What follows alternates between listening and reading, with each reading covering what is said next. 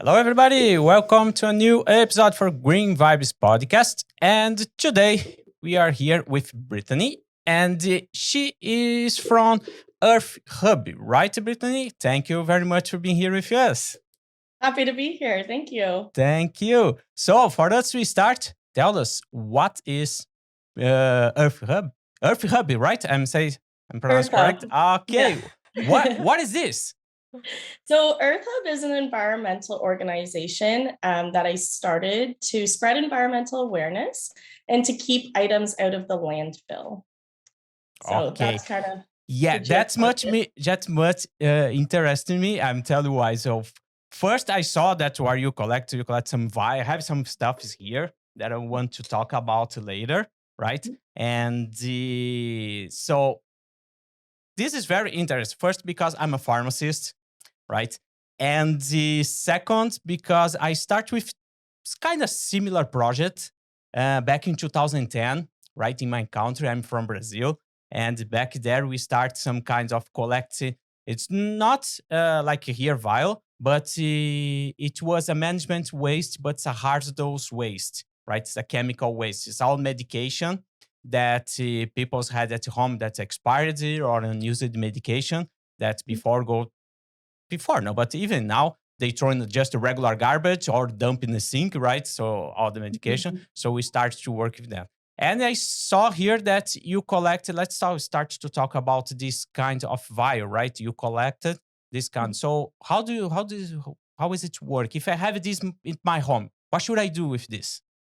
So, what Earthub thrives to do is to reuse rather than recycle for the most part. Some of our collection items do go to TerraCycle for proper recycling. Not a huge fan of curbside recycling because it's not very transparent. So, those pill bottles, for instance, they are a number 5 plastic, but they're a rigid number 5 plastic. Yeah. Which means that some facilities, some cities might not even have the proper equipment to melt down that density, right? But how is the regular person supposed to know that? So that's why recycling is so difficult. So Earthub collects in 150 different drop-off locations in Canada, and we have 2 in the US. So most of the drop-off locations are volunteers' homes. So this is all volunteer run, essentially. So the point of collection is that it's homes, it's regular home. It's not. Home. Oh, it's not retail or companies, nothing. So there's actually 2 retail locations in Toronto. We're about to onboard a 3rd location. The 2 locations in Toronto that you can drop your clean pill bottles, I should say, the label, everything has to be removed. Perfect. See it like that, right? Yeah, you did it great. So the 2 locations, one of them is in Oakville, and that's Eco Philosophy. And then the other one is closer to York area. I don't know Toronto too well, but it's the Green Jar. So those 2 locations do collect. Aside from that, yes, it's all residential homes. So volunteers have come forward and say, I want to be a part of this. I want to help collect. So basically how it works is where we send them is a disaster relief organization in Ohio. Now, I mean, the issue with this is I don't like shipping because emissions, right? Exactly. But then you kind of have to outweigh the pros and the cons. The pros are we've kept over 50,000 of those pill bottles out of the landfill for reuse, right? So 50,000 is number for 50,000. 50,000. Over 50,000 of those. Yeah, exactly. So And I suppose that even so, it's nothing. Even if it's a big number, but if you think in the size of Canada, population, everything, I think it's nothing, But right? Exactly. the point is the most of the Canadians don't know what to do with this, and they put in the black garbage. Yeah. Yeah. I talk about the numbers because at the pharmacy that I've been working, we dispense around 200 prescription per day. Per day. Yeah. Right? Exactly. How many vials, how many of these box pills that we dispense are out there? Exactly. Yeah. So sorry, can continue. Oh, that's okay. Yeah, that's even if it's a big number, but I think it's zero is less than 1% that we Yeah, really have it's a out big there. number, but it's a small number Yeah. in the grand scheme Yeah, of things. yeah. Yeah, for sure. So yeah, we shipped them to Ohio. Now, when I first started Earthub January 1st, 2019. And when I started collecting them, I think I had about 100 or so within the first 5 months. And that's just me starting out, right? And because I was taking daily medication at the time, it just bothered me having these pill bottles. They were in perfectly good condition. And I would go to the pharmacy and say, can you please reuse, my pill bottle for the same person for the same medication? And the answer was always no. And this was pre-COVID, so they would just say no to me. I think because, it's easier for them to just dispense ahead of time. I'm assuming that's why. That's Yeah, what, I mean, you would know think, best. yeah, let me talk about where I Yeah. work. I saw that, as I told you, it's 200 around, right? The average 200 prescription per day. So for us to receive this one back and make sure that this vial you're gonna fill with the same medication for the same people, I think we don't have those much control there. But It's if chances are that we put another medication or go to the different peoples. But if you bring the vials with the label, you can check Yeah, this. exactly. Maybe the people, as you said, I need to refill this. It happens, right? The most of the time, the customers come with the vial with all the information. Oh, I want to refill my prescription, and give me the vial with all the information. I just went to the computer, print a new label, new vial, medication. That's it, and this one goes to the garbage. Right. We Yeah. could do it with the same customer, right? Because we have the vial in my hands, right? But I don't think so. That's how safety it is to get it. It's one more work for the pharmacist there, Yes. right? Yeah. For me, I think that would be awesome. Would be perfect. How many vials you're gonna last vial in the landfill or with people that we had it, but it's hard. I know that, but that's why your answer is always no when they said like that. Yeah. I had Yeah. it's a few customers that came to the pharmacy and said, "Hey, use the same vial." They asked me to Yeah. use the same vial. I said, "Okay, that's fine. We just fill them, right?" Mhm. And but I know that's hard in the pharmacies Yeah. to make sure that the same vial go to the same people and with the same medication. That because you don't want leftover residue from a previous medication or from somebody else's vial, right? So Yeah. I understand that. Yeah, it comes for cross contamination that they said that, Exactly. So right? it's a hard thing to, kind of gauge and kind of figure out a circular system. It is super hard. And I feel like that's the same for most things. It makes more work on the other end. And therefore it's easier to throw out, which it's horrible to say, but it's the truth with Yeah. most things, right? So yeah, I mean, I had very few vials at the very beginning. 5 months in, I shipped 100 of them. And I think the shipping cost at the time was around, $20 or something. So as time went on, I mean, all funds for Earthub come directly out of my pocket. This is not my full-time job. Earthub is strictly, it's volunteer run. This is just a community where we want to make a difference, right? Exactly. So I work full-time in the engineering industry, but to pay for all this shipping, as we grew, what happened was, people started to notice Earthub. And then I put a post on Facebook of my mom. She was sitting, it was Christmas of 2019. She was sitting at our dining room table, or our dining room island, our kitchen island, sorry, and had a bunch of pill bottles in front of her. And the Facebook post reached 140,000 people. And that just it blew up like that. I was getting emails from New Zealand, from the UK, being like, where can I bring these bottles? So that's when things really sparked. And next thing you know, I mean, today we're getting thousands of pill bottles, thousands and thousands, right? So the shipping costs had always been covered by me. luckily, we have so many great volunteers, so many great followers who give donations to help with the shipping costs. Because I mean, I just made a shipment, not in April, it was $705. And that's actually with a discount. So it is a pricey thing, but at the end of the day, the reason I started this was because I don't want those in the landfill if they can be reused somewhere, which they can. So yeah, so that's basically the pill bottles. So for me to better understand. So in Canada, we don't have facility to get the perfect treatment for this one. That's why you ship outside. It's hard to say because when we called, so Kingston, for instance, we did call their recycling facility and they collect them as we collect them. They must be spotless to be recyclable because that label that comes on them, you know, it leaves so much sticky residue. So, I mean, that's just one city's example. But for other cities, I mean, if you look at the chemistry of that plastic, it truly depends on what equipment they have. And the public doesn't know, you know? I mean, I don't know. The city of Ottawa stopped taking my calls, but I kept bothering them. I don't understand that. When a few years ago, we us in the environmental fest. Do you remember? Yeah. We asked for the guy for our city, and the guy answered me. I don't take this because it's too small.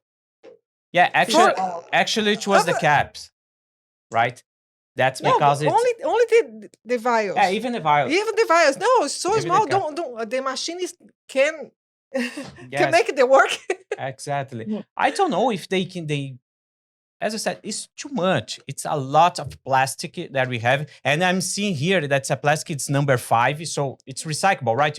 Maybe you can say better than me. So 5, it means we can recycle this. Yes. We can reuse it. And if it's clean, because one of my other concern is it's chemical products, right? It's medication that we put here. We cannot have any left over here, right? But if we clean like that, it's clean. I just clean mine. That's a couple that I have at home, right? And I can understand. I can actually the reason that why they cannot recycle this in Canada. You have to discuss to send to US to do the treatment, right? I mean, I always feel like reusing too is better than recycling because at this point, I mean, in the environmental world, we all know that not much is getting recycled. Yeah. Right. So like Erica was saying, it's very difficult because something could be too small and it's not sorted properly. I mean, we're relying primarily on machinery. You know, I mean, I once had somebody, because yes, as you know, I'm based out of Ottawa. I once had somebody at the city of Ottawa try to tell me that they have people removing the labels because I was asking about like mayo containers and like ketchup bottles with the sticker label on it. And obviously the guy wasn't in the actual recycling facility, but he said, "Oh yes, we have people who remove the labels." And I was like, "There's no way." No. There's literally no way. You're gonna use your nail, right? Yeah. So with that being said, and then like I said, you're primarily counting on machinery, which I mean, the technology we have today is greater than it was years ago. For sure. However, there's these items that are too small or won't be, you know, registered in their system if it's too thick, too thin. The other thing is, sure, the pill bottle might say number 5 plastic, but that goes for many items that don't actually belong in the recycling bin. Yeah, exactly. For example, you know, like Tim Hortons and Starbucks, the lids of the coffee cups. So they say number 6 on them. So that's polystyrene, and that cannot be recycled. But people are going to see that, and they're going to see the lid, and what's going to happen is they're going to throw the whole cup in as well, not just the lid. Yeah. So that's what makes things, it's so difficult. I know. So, I mean, with Earthub, like I've created a circular system to primarily reuse. as many Mhm. items as possible. So, Perfect. Yeah, yeah, it's awesome. Have you got contact with the manufacturer of this? it's in the If they plan. have, yeah, if they haven't, I don't know if they take it back. It's as if it's possible. I've called shop. Well, I mean, I've called big name pharmacies, so Shoppers, Rexall, Walmart. From what they've told me, if you bring them back to the pharmacy, they shred them. So Mhm. they shred them, but like they might have their own private facility as opposed to curbside recycling, right? I mean, there's all these different avenues we can go down about where it can go and if it's actually being recycled. But that's what big name pharmacies have told me, that they will shred them. Yeah, yeah. If the information is here, Mhm. yes, because they don't at the farms they don't remove all the information because it's private information, right? That you Right. have here. So yeah, it goes out ready. If don't have it, it's a garbage. It's go Right. to the regular garbage. But I was thinking the manufacturer this maybe they can take it back, but right the not Yeah. pharmacy. I totally understand that it should be a shared responsibility, Yeah. right? People's that I have this at home, pharmacy that's dispensing this, manufacturer that's manufacture this, right? Mhm. So why we don't have everybody involved with this line and find a solution, right? Mhm. Because basically you are alone, I'm one person. right? You know, How I know. I can't be paying for all of you Canada's pill bottles you have elsewhere. an I awesome just can't. that's an awesome project, awesome idea, right? That for sure it helps a lot for the landfill that we avoid some thousand plastics to the landfill. Mhm. But you had your hands tied. There is nothing more that you It's can a do it. band-aid solution, realistically. It's a band-aid solution too, because Exactly. I'm putting in emissions doing this, you know, all of our collection locations. I mean, we have a very, very good transportation system in Hmm. process where we're not using emissions for Earthub. We deliver items based on our daily commute or a chore we're doing, an errand we're already going out for. That's how we try to get items to where they need to be. For example, my house in Ottawa, they all come here from our Hmm. 50 locations in Ottawa. So there's still emissions in this process, right? And then the shipping on top. So it really is a band-aid because I always say this, every new solution comes with a new problem, you Exactly. know? Hmm. Mhm. So Yeah, yeah. even the one that's here in Ontario that you said that you have 2 points for collection right here in Ontario. You go the ones that you collect here, you send to Ottawa, So it's or here you interesting. can ship straight for the US. So what happens is drop-off locations that are further away, for instance, Sault Ste. Marie and Thunder Bay, we don't have anyone who regularly drives those areas and comes back to the 401, we'll say. So the Hmm. 401, we have Toronto, and then we have Kingston, and we go up to Ottawa on the 416. So basically it's everything kind of along Lake Ontario. Now, because of the community of volunteers we have volunteers who drive further east or further west, whether it's to see family, to see friends, for university. I have Hmm. the lady at Eco Philosophy, her daughter goes to Ottawa U. So we find a transportation way to get the pill bottles to me because we want to ship them in bulk as much as possible. Exactly, We exactly. don't want these individual shipments going out Hmm. if we can avoid it, right? So, for instance, Thunder Bay, the volunteer in Thunder Bay would be responsible for shipping them. And then I send them an e-transfer once they're shipped.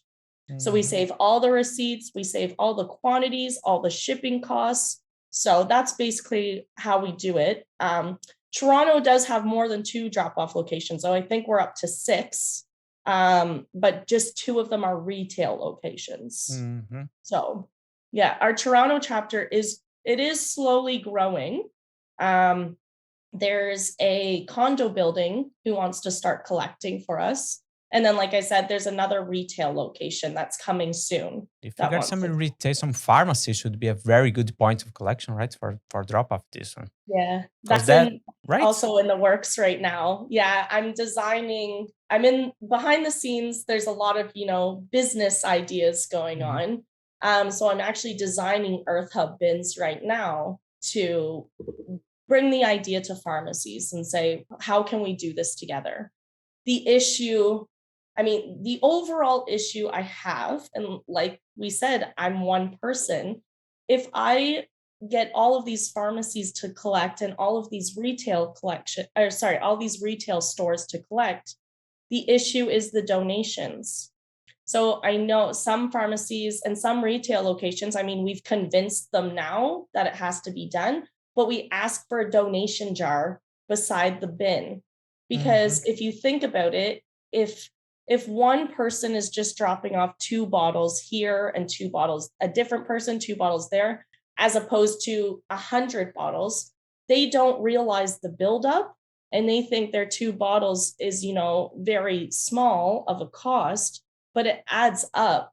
So then next thing you know, I'm going to be paying for everybody's pill bottles, but we're not collectively doing it together. Okay, I So know, I that's got. this kind of like the sell I'm going to give pharmacies once I get the Earthub bins designed and whatnot. That's coming soon, we'll say. Because and after that, do you think something to remove the labels before? Because it will be a self drop off, right? Maybe it's a Yes. bin. I just go there and drop off. And how do you make sure that there is no information here, It's really tough because I find right? people don't read. If That's I'm why being I'm honest. I'm asking all those questions because that's the question that came when my project that I told you about to collect medication. Okay, Because yeah. there we put available in every pharmacy, right? And Mhm, in Brazil, we had a big retail pharmacy like Shopper Drug Mart here. So every corner we can find the same company there. So we mhm. put on one bin, one collector available, and the people just self drop off their medication. But we always ask, don't put everything because there we don't have in Brazil, we don't have the vial. So it's a box, right, with the medication inside. So one of the Oh, big issues there, a box came with 30 tablets. If the doctor prescribes 20 tablets, you have to buy 30. So 10 goes to garbage, goes oh, I to see. So it's it's a like all mixed in together with exact leftover medication. exactly. Okay. So our big issue there was we asked for the people that has this medication at home to separate the box from the pills. I So see. we had two. It's a machine. No, it's a box with two holes. One you Mhm, put your medication.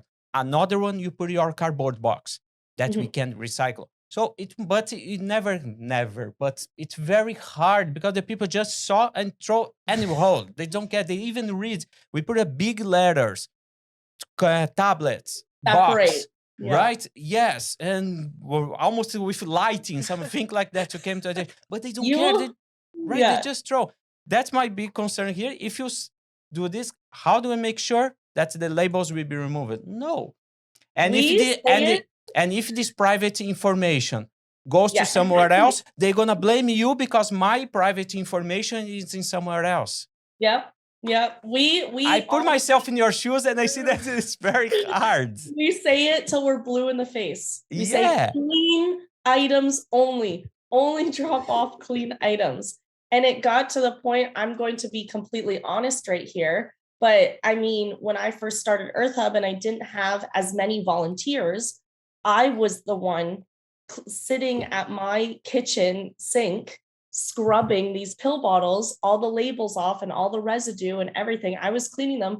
And it was one day, I was still in university at the time. I work on top, and then I had Earthub, and I had a mental breakdown. I just I started crying, and I was like, I can't keep cleaning you everybody's can't. pill bottles. Exactly. So I say it. I'm like, they have to be dropped off clean. And luckily, we have a lot of volunteers in Ottawa who are willing to help and clean them. But if it's just too sticky, if there's too much residue on it, or if there's just too many, they have to be thrown out. They have to be Yeah. disposed of because we're volunteers, we can't handle dealing with everybody else's garbage. And So how the media helps you in this situation? Because media, it's a very good, it's a powerful that it can help it. I'm telling because when we start there, once we go to the TV magazine, it was in 2010. The internet was not like a boom like today. Cell phone is very easy, but the TV went there to get interview with us, magazines. So the media helps a lot. I know that is very small steps until all the peoples know about this. But if you go to TV, you get a small interview here in the podcast. You are explaining what to do. So we spread the information, right? yeah. Maybe in 1 year, 2, 3, 5, 10 years. Maybe it's take 10 years for the people. So, okay, I have to clean this before I drop it. Even so, one people is gonna drop it with tablets. Unfortunately, to This is impossible. You change people's minds. It's Yeah. right. But how media helps you in this situation? Do you have any help for media? Yeah, so we put plenty of, Facebook. Facebook, I would say, is our biggest following. I put plenty of things on Facebook. Rebecca, who is the program lead for the items to keep out of the landfill, she's constantly social media. We have official chapter groups. So, for example, we have the Earthub page on Facebook, the business page, but then where we have an official chapter, which we call a chapter that collects more than just pill bottles, they have their own Facebook group. So, for example, Kingston has the biggest group.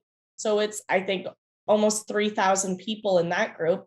And that's where we push it. We say they must be clean. Here's instructions on how to clean them. Here's the items we accept, and here's the items we don't accept. So we do try our best. So like I said, most of the drop-off locations are volunteers' homes. We do not post them publicly. Now, this frustrates a lot of people because when they see a post, they just want to know where can I drop this off? And we say you have to email us because actually, and it's another step, so it's a pain, but it's what we have to, it's what I do to protect the privacy of my volunteers. I don't, and I can imagine if 10 people, 20 people per day knocking your door. Hey, I have this one. I have. You need basically to be available for these people just for take our the vials, right? We actually have an Earthub bin, so it's just a big plastic, like Rubbermaid tote bin, is how it works. This is sitting outside of the house 24/7, so you can drop off at any time. However, like I said, a lot of people don't read, but in the email, we give all of the information. We give a link to an interactive map. You go to Google Maps and it has all the pins of where the drop-off locations are. So, later on today, I'm going to send you the Toronto, email blurb we send out, but that's how it works. So we push as much as we can. We say clean only. Even on some of the volunteers' bins, they write clean items only. There's Instagram. I've recently been on TikTok more, trying to spread awareness. And yeah, we say it in the email inquiry as well. We say clean items only on the website. Never in the TV, right? You never got any interview for the TV. So CBC wanted to come do a segment here in Ottawa, and it just kept falling through because of the lockdowns. Okay. So it's been 2 years. She's told me, I want to come do, a segment on you, and so I can get the word out, but it's just kept falling through. In Kingston, yes, they have been on TV there. So it was by Your TV. I forget what media company it is, but yes, it has been on TV there. I have been on a different podcast before. There's many newspaper articles about Earthub out there. So that's kind of how the word is getting out. But like I said, you're always going to have, a small percentage of the dirty items. So yeah, like you said, it could take 2 years, it could take 5 years, it could take 10 before everybody is just in the habit of, yes, this has to be clean, Yeah, it needs to be a habit. They need to get used with this. I'm pretty sure. I don't know. I'm pretty sure no, but less than 1 year, 2 years, I don't think so that it happens. That because it's very the beginning, right? It's very it's starting, but if you every time you like, it's like you hitting the same part. Same Say again, sentence. We right? take pill bottles, but they must be clean. Yeah. Exactly. Even Yeah. you need to send 10 times, 20, 100, 1,000 times. I know that's Yeah. a very, very small step. And you find the same problem with because you collect, The bread the bread tags. tags, right? Same with those. Yeah. It's They and must be clean. and I the think egg box, right? So egg cartons, I mean, that's not an item we collect in Toronto because we don't have the storage space for it. So every city is different because A, it depends how many volunteers we have recruited there. B, it depends how many end users we have there. So for instance, my basement is my Earthub warehouse. It is It's full full. of cartons. Like I'm talking like at some points there's thousands of egg cartons in my basement. The problem is we accept the 12 pack egg cartons and the 18 pack, but a lot of the farmers don't want the 18 pack cartons. Food banks don't want the 18 pack because they're not distributing that many eggs. So it's about finding, a ton of end users that we can actually hand this stuff off to. Otherwise, it just stays in my basement. Yeah. And what do you do? You send back to the farmers for this? So egg cartons, yes, I give to food banks. That's how it started actually in Ottawa. There's a food bank just down the road from my house. So I started with that. I just gave it to the food bank. Next thing you know, more volunteers said, well, I have a farmer I get eggs from, and they wanted cartons. So that's just kind of, how it works. We found more end users, so we put it on as an official item. The issue in Toronto is, yes, there's not enough volunteers to handle that volume, and there's not enough space. We don't really have we don't have a volunteer there that has allowed their garage or basement to be the hub. I know. So here in Ottawa, like my basement is primarily the hub. In Kingston, Rebecca, her garage is completely, it's just all, I mean, it's the same as like a recycling facility, right? So like we need the space for the stuff to distribute it. So and you can send for recycle? You can send egg cartons for recycling, but like I said, like it's always better to reuse.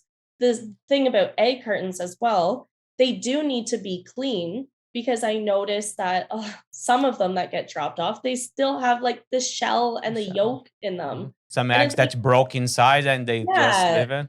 And I'm like, what do you think I'm gonna do with this? I'm not gonna hand it off to the food bank or farmer, So, and then it's contaminated, so it can't be recycled. Exactly. And it's the same thing for actually pizza boxes are a big one. I see kids, because I live like in a townhouse complex, so it's a shared garbage and recycling, all the recycling bins are shared. And I see kids all the time throwing in pizza boxes.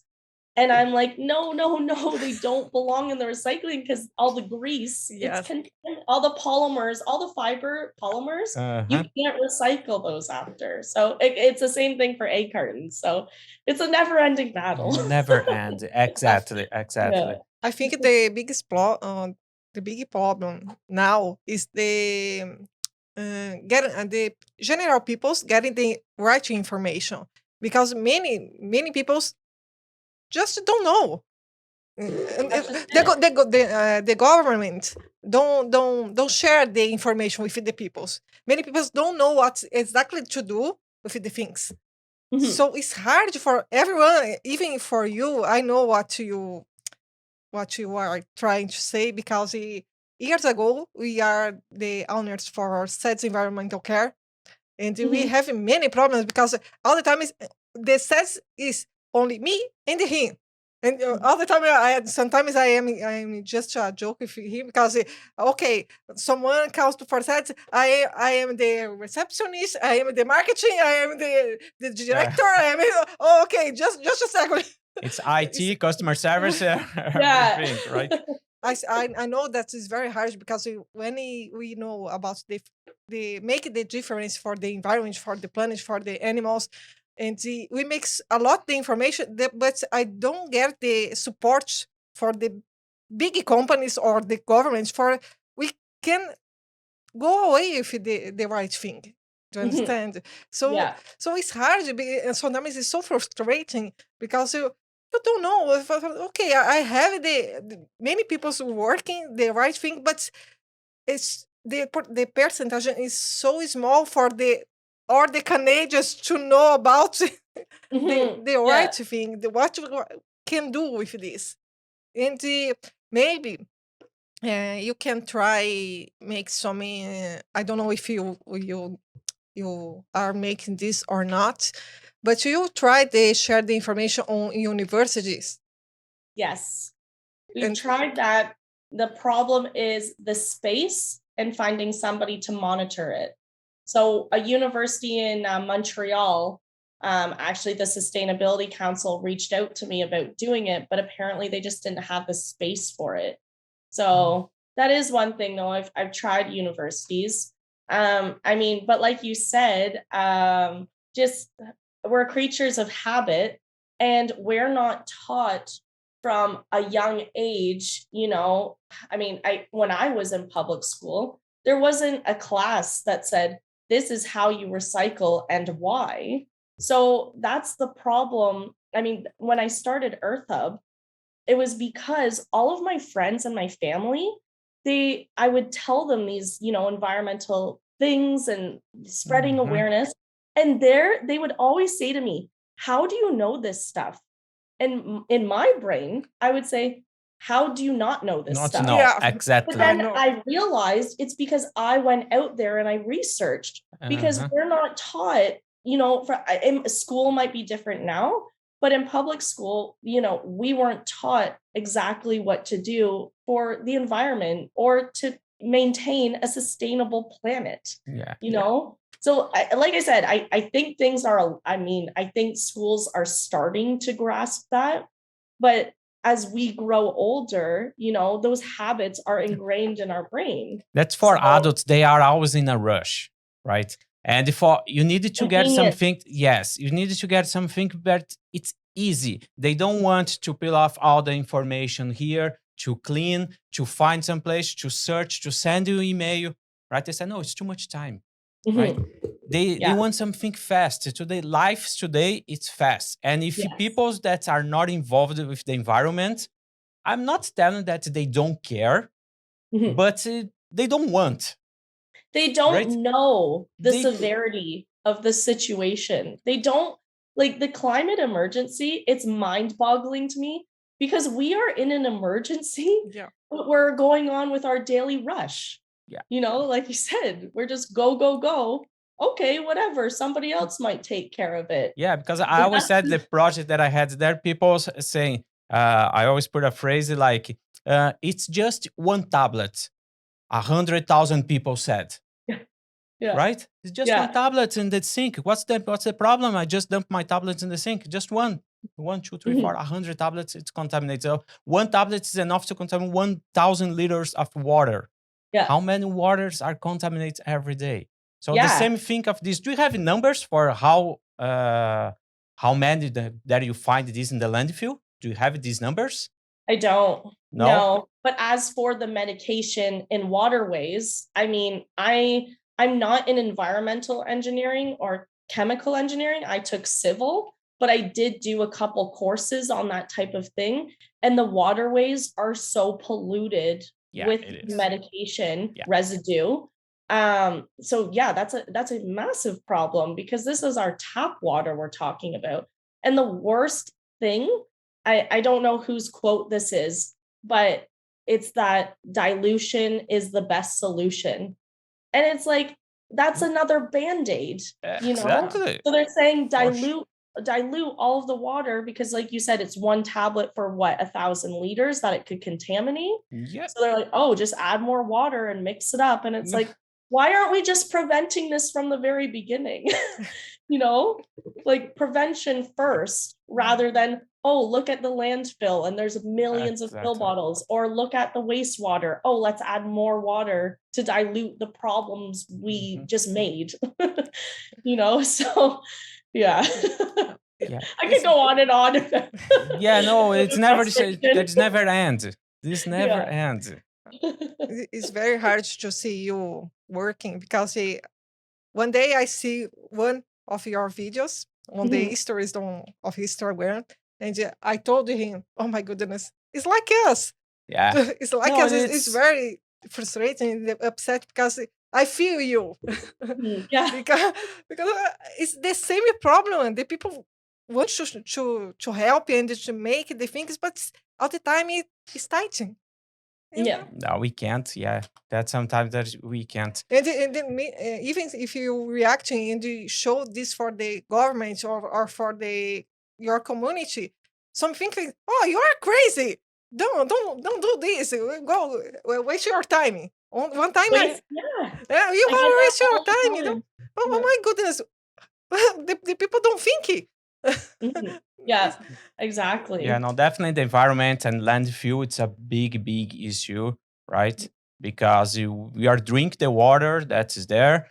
Animals are drinking the water, and the peoples, we don't consume meat, but peoples consume meat. You're gonna, right? The animal drink the water that's contaminated, and you're gonna eat those meats that are Exactly. contaminated also. Yeah. So think that that's not a problem. It's a big, big problem. It's a big big issue.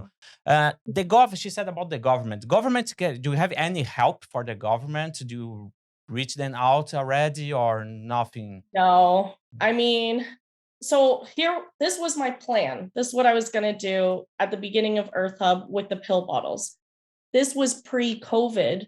I was going to show the data of how many pill bottles we were keeping out and bring it to the government and say, this is obviously a massive problem, because just imagine how many are going to the landfills. Yeah, that's why I asked you if you have the numbers of how many that you find it's then the landfill. Yeah. I mean, those numbers I don't have. I feel like that's so hard to gauge too, because a lot of our recycling is getting shipped to Malaysia or elsewhere, Yeah. So I feel like it's a very hidden thing as well. It's not transparent. So I did want to show the government, what I was doing and the numbers of how much was kept at the landfill and how we can make this more circular for pharmacies. That's just the pill bottle example. But then COVID happened and everything is single use. Nothing is being no reusable items. So that idea at the time got shut down. So long answer to a short question. Yes, I do have intentions of taking this further, demonstrating the data, but I'm not there yet. Yeah, but that's the thing. They need to see the data, right? Exactly. I'm a numbers person. You need to see the numbers to prove your point. Exactly. Exactly. Yeah, I'm doing some numbers in my mind here. If the one pharmacy dispenses around 200 prescriptions per day, 6,000 a month, right? Yep. So or more. if each prescription, I'm talking about prescription, not medication. Because some prescription we have 5 medications, 6 medications. If each prescription is one medication, you'll be 6,000 per month in one pharmacy. One pharmacy. Yeah. Right? How many pharmacies do you have in Canada? 5,000, I think. Yeah. I don't know. Maybe. Only shoppers, we have 2,000 for shoppers. 2,000 across Canada? Yeah. 2,000 really? pharmacies. Yeah. I'm actually I thought it would be much more. No. Because Quebec is different. No, it counts pharmaprix, because in Quebec it's pharmaprix. Oh, okay. Yeah, but it counts, even if you count Longo, Longos, that we have pharmacy there. So it belongs belongs to the same company. It's a president's choice. But it's about around 2,000. Maybe it's a little bit less, actually. Don't reach 2,000. But it's a lot if you think this one. So it's 6,000 times 2,000. Yeah. Right. It's less than 1%. It's come back. It's reusable. So maybe this, if you start here, that's these numbers, maybe we can have an idea of how many we can. This one goes to the landfill for sure, because what happened with the other? If it's not come back, right? If it's not reusable, what happened? Goes to the garbage and the regular garbage. Yeah. Right, because nobody put this one to recycle. It's a black garbage for sure. Yeah. Yeah. And the companies don't care about this. The company that manufacture? No, this? the pharmacies, the big corporation The pharmacies, retails? yeah, the No. retails. No. Because this is don't make profit. Yeah, no. If it takes back, Yeah. It's not interest. no, it's more work. As I said, that's why you have all answer no when you go to the pharmacy, because it's more work for the pharmacists there for sure, because you need to make sure, as I told you at the beginning, you need to make sure that this pill box goes to the same people with the same medication, and there is no return for the. I can't see any returns at the pharmacy. But I think everything is the biggest the main problem with the values, even the bread tag is and everything is because the big company now, because society don't know nothing about. Okay, you can I can blame them because don't have enough information for that. Actually, I don't blame people. But the corporation, big corporations, just thinking profit. If it don't bring, if it is and this don't make profit for me, I don't care. Yeah. If you it's easier for them to manufacture a new one than to either clean the old one or melt down the old one, shred the old one. It's easier to just make a new one. And that is what is wrong with the world. Exactly. Exactly. It's now, if you go, I have the example about the cars. I remember years ago when you need to fix the car, they fix the car. Now, if you have some problem in the car, change it, put it a new one.